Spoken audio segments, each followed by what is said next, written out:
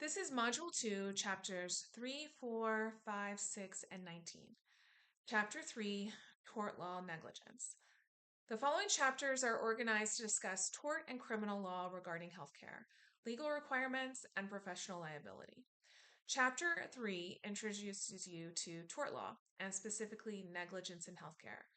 Torts are civil wrongs. Criminal wrongs will be discussed in another chapter. Negligence is the unintentional commission or omission of an act that a reasonably prudent person would not do under the same circumstances. Examples can be quite obvious, like administering the wrong medicine to a patient, administering medication to the wrong patient, performing the wrong surgery, failing to order tests, failing to do something in a timely manner. Ultimately, it's the responsibility of the professional to act with a standard of care set by the courts or amongst others in that field. Many of the policies and procedures healthcare settings have today is a result of learned negligence, such as double checking a patient's name and birth date, because many people can have the same names, double checking specific medications, or blood with another professional to ensure everything is correct. This is because the outcomes of negligent acts, like administering the wrong blood type, can have severe, if not life threatening, consequences. As we learn from mistakes and we predict what could happen, we create policies and procedures to help both the patient and the healthcare professional.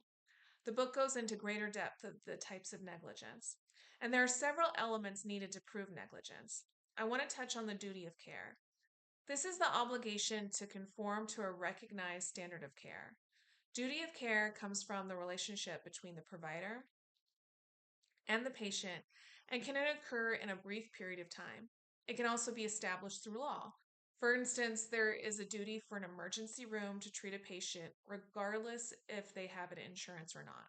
Why is that? Because the system has determined that someone's life is more important and should receive treatment regardless of their financial situation. Hospitals have the duty to hire an employee that's going to be a competent employee. When they hire incompetent employees, they put the lives of others in jeopardy. So they could have a duty to ensure employees are trained or certified or act in accordance with policies and procedures. The book discusses how this standard of care has started to move away from community standard and more to an industry or a national standard of care. Because of the advances in medicine, availability of knowledge and technology, the growth of the industry, it's important that healthcare professionals use a standard that it's the same for everyone, not just a geographic location. A person getting treated in Virginia should expect the same care as someone treated in California. Someone treated in Midland should receive the same care as someone in Houston. Chapter 4, Intentional Torts. This chapter reviews intentional torts, which is a tort that is committed deliberately. The difference between an intentional tort and negligence has to do with intent and a willful act. It's the difference between accidentally giving the wrong medicine to the patient because of carelessness versus intentionally giving the wrong medicine to a patient because you wanted to bill for a higher priced medicine. One of the most common intentional torts you'll see in healthcare setting is fraud. You'll often hear about Medicare or Medicaid fraud. This is usually when providers bill Medicare or Medicaid for services they did not perform or did not need to perform in order to collect more money. But there are more subtle types of fraud that occur in healthcare settings. One is called upcoding, and it's when a provider or someone else who has access to the medical record changes the billing to a higher code so the provider or healthcare system can get more money from the insurance company. It could happen like this. A patient comes in with a runny nose. The provider sees the patient for a few minutes and looks over their vitals and says they have a cold. But instead of billing for a simple visit, they code the visit as if it were more complex and it took more time. This type of fraud can often be overlooked because it's hard to detect. Another example is when a patient commits fraud. This happens when they give insurance information of someone who isn't them, or they visit multiple providers in order to have multiple prescriptions for controlled substances, or when they fake an injury in order to claim compensation. Some reports say that there is an estimated $100 billion in fraudulent claims every year, or roughly $300 per citizen. The result? Healthcare fraud causes higher insurance premiums and out of pocket expenses for patients. It raises the cost of providing insurance to employees. Chapter 5 Tort Reform and Risk Reduction. This chapter goes into further detail about the challenges providers face and the legal system's effort to combat these challenges. Because of the increase in malpractice cases, much of the healthcare field has gone through some sort of tort reform.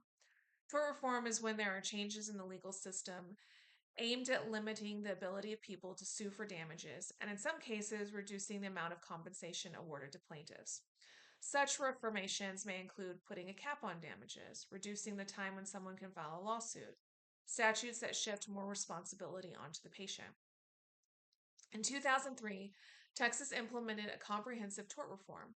Before 2003, the rise in malpractice claims were raising the cost of malpractice insurance premiums. Also, physicians and other healthcare professionals were starting to stay away from high risk specialties or cases in fear of malpractice claims and costs associated with them. In 2003, the Texas legislature capped non economic damages in most medical practice cases at $250,000. And since then, a National Institute of Health study reported that after the tort reform, insurance premiums dropped, as well as decreases in lawsuits that were filed. It's also noted that tort reform played a role in the growth of physicians practicing in Texas. However, some challenge these types of reports. They say there's no real evidence that physician rates have increased considering the rapid growth in overall Texas population, and that tort reform hasn't reduced healthcare costs.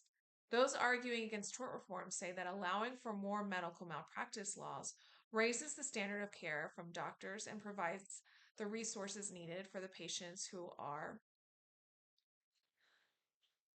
shared by doctors. There are many cases in which families are capped in damages even when the provider is found negligent.